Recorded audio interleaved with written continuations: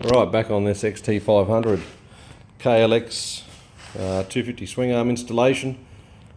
Like I said, the swing arm pivot's done, the rear axle's done, so we're moving on to brake, lever setup, and the torque arm, which they'll get done later, or the torque arm will get done later.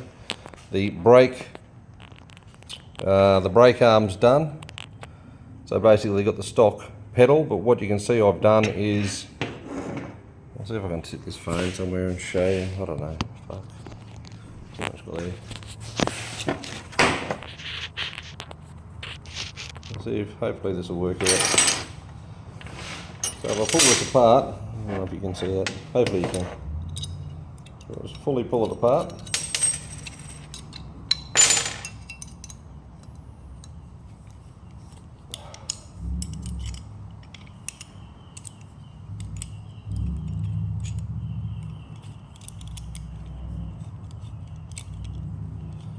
What you can see I've done with the brake pedal is I've machined the actuation arm off the inside where it normally actuates from the inside of the frame on this side here. You can see that's gone. You can also see that I've sleeved this as well because the original one was completely flogged out, so I've re-sleeved it to try and tighten it up in the frame a bit. I've machined the grease groove in there and cross drilled it for the grease nipple, grease to get to it. The standard actuation arm for the brake was this piece here, which I've modified. You can see it's got a 2.5mm roll pin in there now. Now that roll pin locates into this hole here. So the brake pedal needs to be installed before the swing arm because the roll pin goes in from the top, but it doesn't go in all the way. So you'll hit that down into there. It doesn't quite make it to the center of this because we've got a thread now in the center of this as well. The reason I've done that is I wanted the brake release spring to still work on the pedal, so when the brake is applied in such a fashion, the spring pushes down on the return and makes sure the brake doesn't drag. So I wanted to retain that. This roll pin is going to actuate this lever against the spring, which is all it needs is a roll pin, and it's just to stop that brake from dragging like so. However, if that roll pin ever shears for some reason, even though the foot peg's in the way, the whole brake pivot can then slide sideways in the frame and possibly will not fall out because the pedal's there, but I've put a secondary retention just with a little grub screw here, and we'll Loctite that in. This will screw into here like so, and should that roll pin ever shear, there's no way that that brake pedal can ever come out of the frame.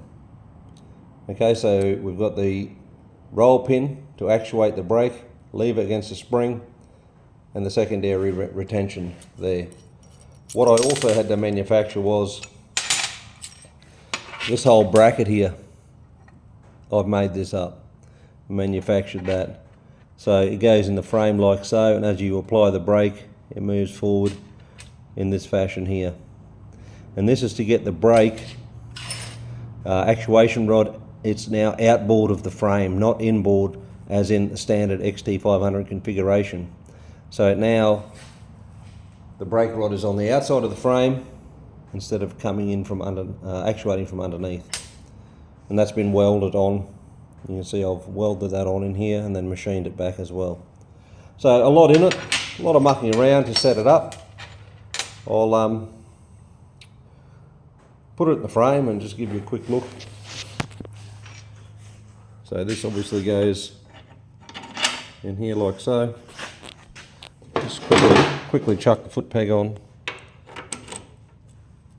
And if you can imagine, there's a brake pedal on there, and it sits somewhere there, and you put the brake on and it actuates this way. So something to look out for. Once you put, if I can steady this camera, this phone again, we'll have a look at this here.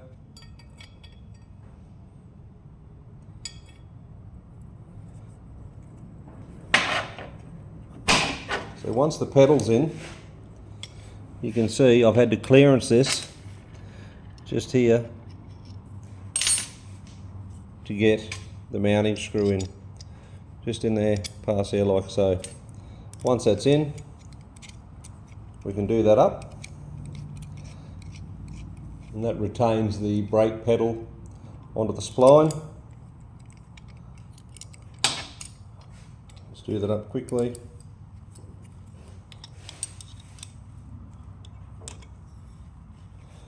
So that's the brake pedal assembly, all assembled. You can see the screw just has to come in past there, and you can see where I've cut it away. Now if I pick that up, move you around again, this will go into the frame like so. Put the foot peg back on, and the brake will actuate the lever's level there, and the brake will actuate as such. And you can see it's on the outside of the frame now.